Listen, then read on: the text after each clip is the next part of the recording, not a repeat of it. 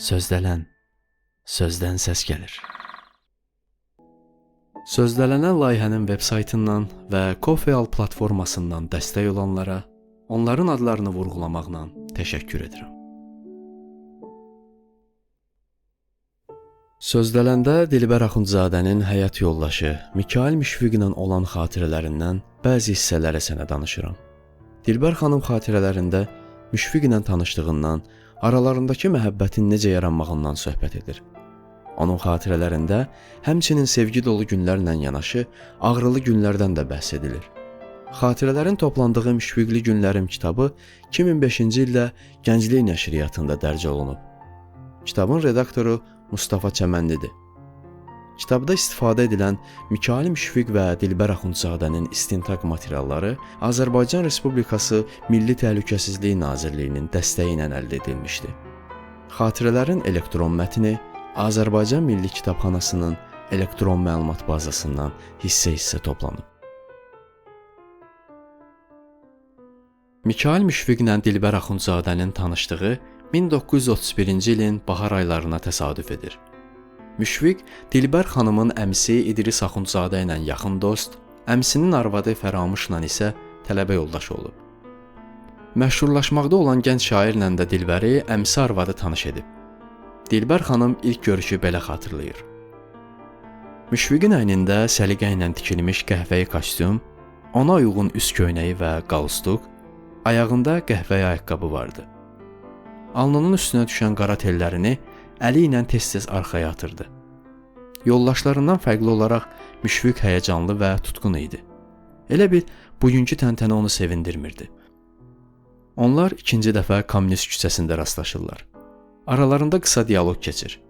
Növbəti dəfə isə Dilbərin rəfiqələrindən olan Pirayə Müşfiqdən ona məktub gətirir. Məktubda Dilbərə yazılan 2 şeir və səmimi etiraflar vardı.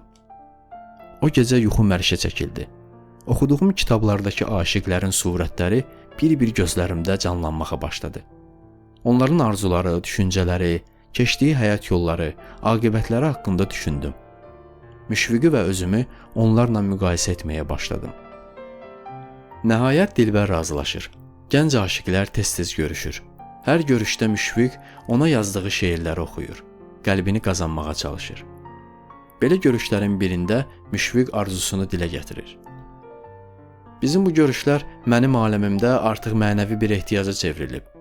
Amma nə vaxtacan biz çəkinə-çəkinə, qorxa-qorxa görüşəcəyik. İstəyirəm sizə elçi göndərim. Razılıq alan kimi nişan taxaq. Ondan sonra ürəyimiz istəyən vaxt görüşə bilərik. Sən də görüşə gələndə ayağının birini qaçaq qoymazsan. 1932-ci ilin aprelində onlar nişanlanırlar. Nişanda Hüseyn Cavid həyat yoldaşı Müşkinaz xanımdan, Əhməd Cavad həyat yoldaşı Şükriyə xanımdan, həmçinin məşhur müğənni Bülbül də iştirak edirdi. Eyni zamanda dövrün gənc şair və yazıçılarından Səməd Vurğun, Süleyman Rüstəm, Mehdi Hüseyn xanımı Fatma ilə, Rəsul Rza Nigar Rəfibəyli ilə birgə Məmməd Rahim xanımı Mələ ilə nişana təşrif buyurmuşdular. Mən imtahana hazırlaşdığım üçün Müşfiqlə az-az görüşürdüm. Bu isə Müşfiqin izdirabına səbəb olurdu. O, rəfiqələrimlə mənə tez-tez məktub göndərərdi. Hər məktuba yeni bir şeir əlavə edirdi. Təəssüf ki, o şeirləri xatırlaya bilmirəm. Sonrakı görüşlərimizin birində mən ona Gəncəyə gedəcəyimizi bildirdim. Tutuldu. Üzünə kövrək təbəssüm qondu. Elə ordaca ayrılıq şeirini dedi. Müşfiqin bu həyəcanlı və kövrək halı mənə elə təsir etdi ki, gözlərimdən qeyri-ixtiyari yaş axdı. İstəyirsən heç getməyim. Daha bundan ötürü niyə belə narahat olursan? Müşfiq bu fikrimə şeirlə cavab verdi. Deyirsən yanında qalacağam mən. Çox gözəl fikirdir. Qal, sənə qurban.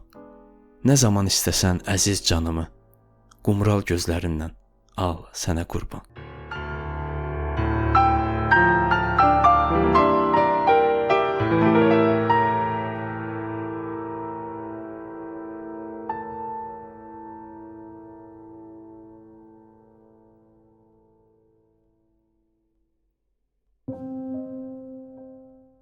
Azərbaycan dilini yaşatmaq və bu dildə faydalı məzmunların daha çox olması üçün Sözdələn layihəsinin YouTube kanalına abunə ol bildirişləri aç və hər kəslə paylaş.